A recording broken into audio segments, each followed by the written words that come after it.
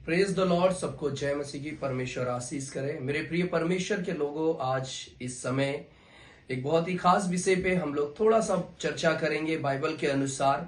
जैसा कि हम सब देख रहे हैं इन दिनों में कि इज़राइल देश पे जो हमले हो रहे हैं या इज़राइल देश जो हमला कर रहा है, और बहुत सारी बातें बन रही हैं। बहुत सारे लोग जो है इज़राइल के खिलाफ में बोल रहे हैं, बहुत सारे लोग फलस्तीन के खिलाफ में बोल रहे हैं।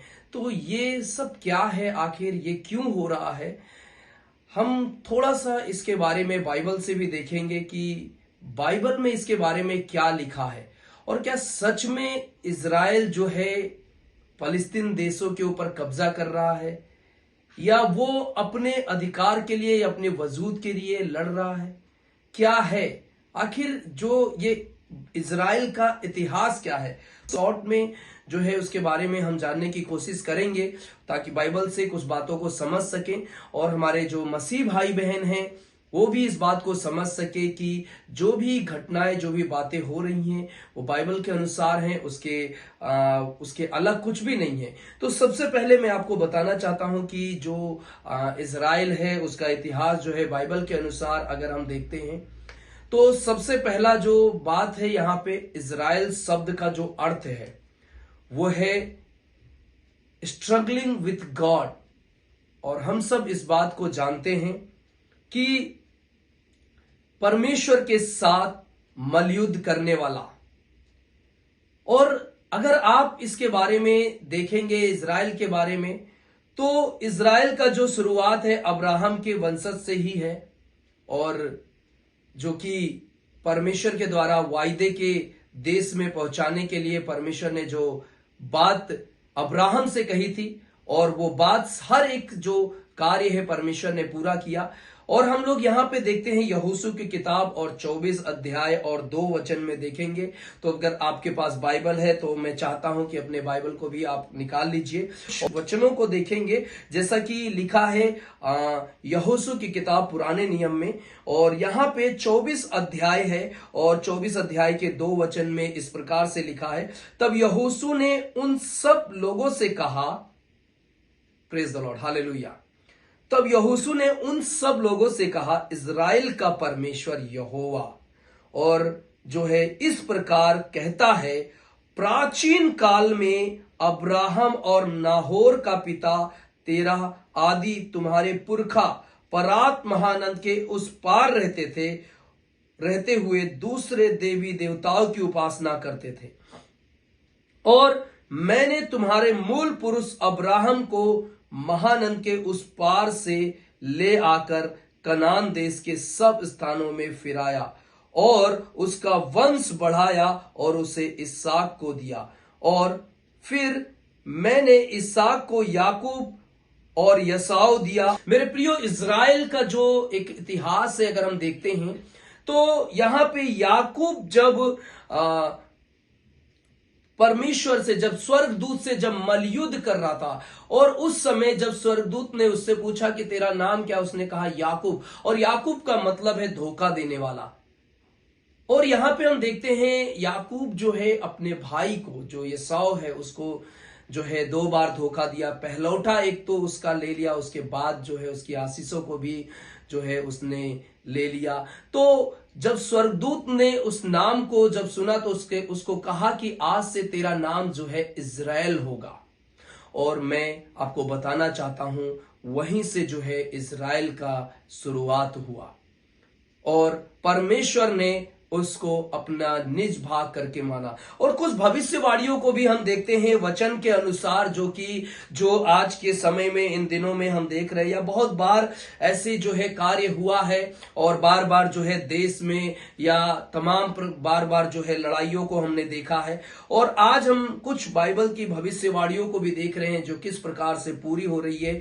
तो मैंने आपको सबसे पहले इज़राइल का जो है इतिहास क्या है उसके बारे में बताया। अगर हम देखेंगे डिटेल में, तो उत्पत्ति से आप देख पाओगे वहां पे कि किस प्रकार से अब्राहम को परमेश्वर जो है लेकर आया, उसके बाद याकूब, फिर उसके बाद जो है किस प्रकार से परमेश्वर ने वहां इज़राइल को, जो देश को जो है परमेश्वर ने जो नाम दिया, जो है जो, और वहां पे जो है परमेश्वर ने एक बात कही थी कि सारे जो हैं गोत्र के, जो याकूब के सारे गोत्र हैं, जो 12 गोत्र जिसे कहते हैं, वो इकट्ठा हो जाएंगे उसी देश में। तो मेरे प्रियो, इज़राइल का जो इतिहास है, अगर हम इसकी भविष्यवाणियों को देखते हैं तो इज़राइल देश में आज के इन दिनों में जो है हम देखते हैं कि जकरिया नबी की जो भविष्यवाणी पूरी होती दिख रही है।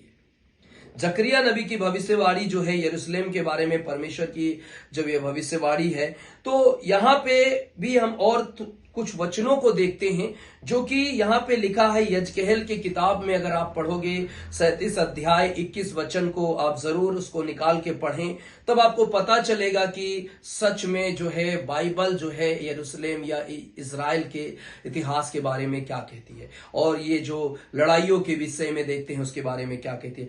तब यहां पे लिखा है, तब तू उन लोगों से कहे, परमेश्वर यहोवा यो कहता है, देखो मैं इज़राइलियों को उन जातियों में से लेकर जिनमें वे चले गए हैं चारों ओर से इकट्ठा करूंगा और उनके निज देश में पहुंचाऊंगा। ये यजकेल 37 के 21 में लिखा है। निज देश मतलब इज़राइल, जो 12 गोत्र में से अभी जो गोत्र अभी इधर उधर जो तितर बितर हैं, उनको परमेश्वर इकट्ठा करने के लिए यहां पे बात कर रहा है। और दूसरा वचन यशायाह नबी की किताब 66 अध्याय 8 वचन में लिखा है कि ऐसी बात किसने कभी सुनी, किसने कभी ऐसी बात देखी, क्या देश एक ही दिन में उत्पन्न हो सकता है। वाओ, यहां पे हम कुछ बातों को देखते हैं। कई लोग कहते हैं इज़राइल जो है 1947 में या ऐसे स्थापित हुआ और अमेरिका ने उसको मान्यता दे दिया, और तो बहुत सारी बातें जो हो रही हैं, बहुत सारे लोग ट्रोल कर रहे हैं इज़राइल को, बहुत सारे लोग कुछ कुछ गलत गलत बातें बोल रहे हैं इज़राइल को, जो है वो लोग ऐसी बातें बोल रहे हैं कि वो हत्यारा है। मगर मेरे प्रियो, अगर बाइबल जो हमें यहाँ पे लिखा हुआ है, क्या कोई देश एक ही दिन में उत्पन्न हो सकता है? अगर उसका इतिहास या उसका जो है वहां पे कुछ भी ना हो, तो एक दिन में क्या कोई देश बन सकता है? नहीं। तो यहां पे लिखा है, क्या एक जाति क्षण मात्र में ही उत्पन्न हो सकती है? क्योंकि सियोन को प्रसव पीड़ा उठी ही थी कि उसने संतान उत्पन्न हो गए। यशायाह 66 के 8 में लिखा है। तो ये वचन जो है हमें इस बात को बताता है कि किस प्रकार से परमेश्वर जो है अपने लोगों के विषय में बात करता है। और यहां लूका 21 के 23 में भी हम देख लेंगे, लिखा है, उन दिनों में जो गर्भवती और दूध पिलाती होंगी उनके लिए हाय हाय, क्योंकि देश में बड़ा कलेश और इन लोगों पर बड़ा प्रकोप होगा। ये सारी भविष्यवाणियां जो हैं, जो आज हम देख रहे हैं हमारे दिनों में पूरी होते हुए, तो इससे ये हमें पता चलता है कि हम लोग कितना परमेश्वर के प्रति गंभीर होना, सीरियस होना है मेरे प्रियो। कितना हम परमेश्वर के प्रति जो है अपने आप को जो है गंभीरता में लेकर आकर और प्रभु के वचन में बने रहना है। और यहां पे और बात को जब हम देखते हैं, लिखा है, वे तलवार के कौर हो जाएंगे और सब देश के लोग में बंदी होकर पहुंचाए जाएंगे, और जब तक अन्य जातियों का समय पूरा ना हो तब तक यरूशलेम अन्य जातियों से रौंदा जाएगा। मतलब आज देख रहे हैं कि किस प्रकार से अलग अलग जो है कौम के लोग या अलग अलग देश जो है इज़राइल के ऊपर कैसे एक गुट बनाकर जो है उसको नष्ट करने के लिए उतावले हो रहे हैं। मगर मेरे प्रियो, क्या होना यह संभव है? हम आगे देखेंगे और कुछ वचन को इसमें हम देखते हैं कि जकरिया नबी की किताब 12 अध्याय 2 वचन में देखोगे तो एक बात को यहां पे लिखा मिलेगा आपको, देखो मैं यरूशलेम के चारों ओर की सब जातियों के लिए लड़खड़ा देने के मद का कटोरा ठहरा दूंगा, और जब यरूशलेम घेर लिया जाएगा तब यहूदा की दशा भी ऐसी होगी। हालेलुया। क्योंकि आज देखो हर एक देश उसके खिलाफ में है, उसको घेर ले रहे हैं चारों तरफ से। अभी भी हम सुन रहे हैं कि उसके तरफ चारों तरफ से हमले किए जा रहे हैं, लेकिन फिर भी लोग जो है उसको हत्यारा कह रहे हैं, लोग उसको जो है भला बुरा कह रहे हैं। मेरे प्रियो, वचन कहता है जकरिया 12 के 3 में, उस समय पृथ्वी की सारी जातियां यरूशलेम के विरुद्ध इकट्ठी होंगी, तब मैं उसको इतना भारी पत्थर बनाऊंगा कि जो उसको उठाएगा वे बहुत ही घायल हो जाएंगे। Praise the Lord. क्योंकि जब परमेश्वर किसी के साथ होगा, मैं हमेशा एक बात को जानता हूं कि अगर मेरे साथ परमेश्वर है तो मेरे विरोध में कोई भी खड़ा नहीं हो सकता है, और ना ही मेरा विरोधी कोई हो सकता है, क्योंकि परमेश्वर उसको पैरों की धूल बना देगा। हालेलुया। और मेरे प्रियो, एक और वचन को हम यहां पे देखते हैं, सपन्याह 2:4 में लिखा है, क्योंकि गाजा तो निर्जन और अस्कलोन उजाड़ हो जाएगा, अशदोद के निवासी दिन दोपहरी निकाल दिए जाएंगे और एक्रोन उखाड़ा जाएगा। Praise the Lord. ये सारे वचनों को आज हम अपने दिनों में कैसे पूरा होते हुए देख। अभी इजराइल ने भी यही बात कहा था कि गाजा को मैं नक्शे से मिटा दूंगा। हालेलुया। और एक और वचन देखते हैं, सपन्याह 2:5 में लिखा है, समुद्र तट के रहने वालों पर हाय, करेती जाति पर हाय, हे कनान, हे पलिस्तियों के देश, यहोवा का वचन तेरे विरुद्ध है और मैं तुझको ऐसा नष्ट करूंगा कि तुझ में कोई ना बचेगा। हालेलुया।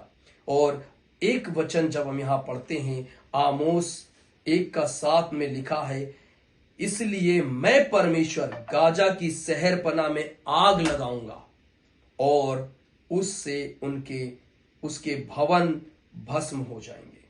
बहुत सारी ऐसी बातें हैं जो हम बाइबल के अंदर देख पा रहे हैं, बहुत सारी ऐसी जो भविष्यवाणियां हैं जो कि हम लोग आज पूरा होते हुए देख रहे हैं। तो मेरे प्रियो, मैं आपको बताना चाहता हूं, अगर आप जो है इजराइल का इतिहास देखते हैं तो आप अब्राहम के, जो कि बाइबल में उत्पत्ति से आपको देखने को मिलेगा कि किस प्रकार से इजराइल की जो है स्थापना हुई है, कैसे परमेश्वर ने इजराइल देश आज नहीं बना है या 1947 में उसको स्थापना हुई, ऐसा नहीं है। इजराइल देश का इतिहास जो है, अगर आप बाइबल में पढ़ोगे तो परमेश्वर के द्वारा उत्पन्न किया हुआ एक राष्ट्र, एक देश है। हालेलुया। मेरे प्रियो, हम इस बात को बिल्कुल ध्यान रखें कि जो कुछ भी हो रहा है, खासकर जो है हम इन दिनों में बहुत सारी चीजों को देख रहे होता हुआ, हमें अपने आप को भी उसी प्रकार से, उसी तराजू में तौलना है। क्या परमेश्वर के सामने हम खरे उतर सकते हैं? और जितनी भविष्यवाणियां बाइबल के अंदर हैं, हर एक भविष्यवाणियों को आप और मैं पूरा होता हुआ देखेंगे। एक दिन ये सारी भविष्यवाणी पूरी होकर और परमेश्वर के राज्य को स्थापित करेंगे। तो ये छोटी सी जो बात जो मैंने आज आपको बताई है, और भी बहुत सारी हैं, लेकिन मेरे प्रियो, अगर उसके बारे में बात करेंगे, अगर आप बाइबल को पढ़ोगे उत्पत्ति, तो आपको सब चीजें उसमें मालूम पड़ेगा। थोड़ा ध्यान से अगर आप पढ़ोगे, क्योंकि परमेश्वर जो है किस प्रकार से इजराइलियों के साथ रहा, किस प्रकार से इजराइलियों को बचाया, किस प्रकार से मिस्र देश की गुलामी से निकाल के लाया, बहुत सारे डिटेल में जो है सारी बातें बताई गई हैं। तो इजराइल देश आज जो बना है या स्थापित किया हुआ देश नहीं है। हालेलुया। इजराइल का इतिहास बहुत लंबा है और जो भी भविष्यवाणियां हैं वो एक एक भविष्यवाणियां पूरी होकर ही रहेंगी, उसको कोई भी मिटा नहीं सकता। तो लगातार आप जो है बाइबल पढ़ते रहिए, सर्च करते रहिए, ताकि आप जो है इन तत्व, जो ज्ञान का जो भंडार है, इससे अनजान ना रहें और आप जान पाएं कि सच में परमेश्वर जो है हर बातों का लेखा जोखा लेने वाला परमेश्वर है। तो प्रभु सबको आशीष करे, सबको जय मसीह की। God bless you. और इस जो मैसेज को, इतिहास को, इजराइल के और इस भविष्यवाणी की बातों को आप और लोगों तक भी शेयर करें, ताकि छोटी सी जानकारी के द्वारा लोग और बातों को समझ सकें और उनके अंदर जो है इस बात की रुचि उत्पन्न हो सके कि और मुझे खोज करना है। तो जरूर इसको शेयर करें अपने प्रिय मित्रों के पास, अपने लोगों के पास, ताकि वो लोगों को भी ये पता चले कि इजराइल के बारे में और परमेश्वर की भविष्यवाणियों के बारे में। God bless you. जय मसीह की। प्रभु आपको आशीष करे। जय मसीह।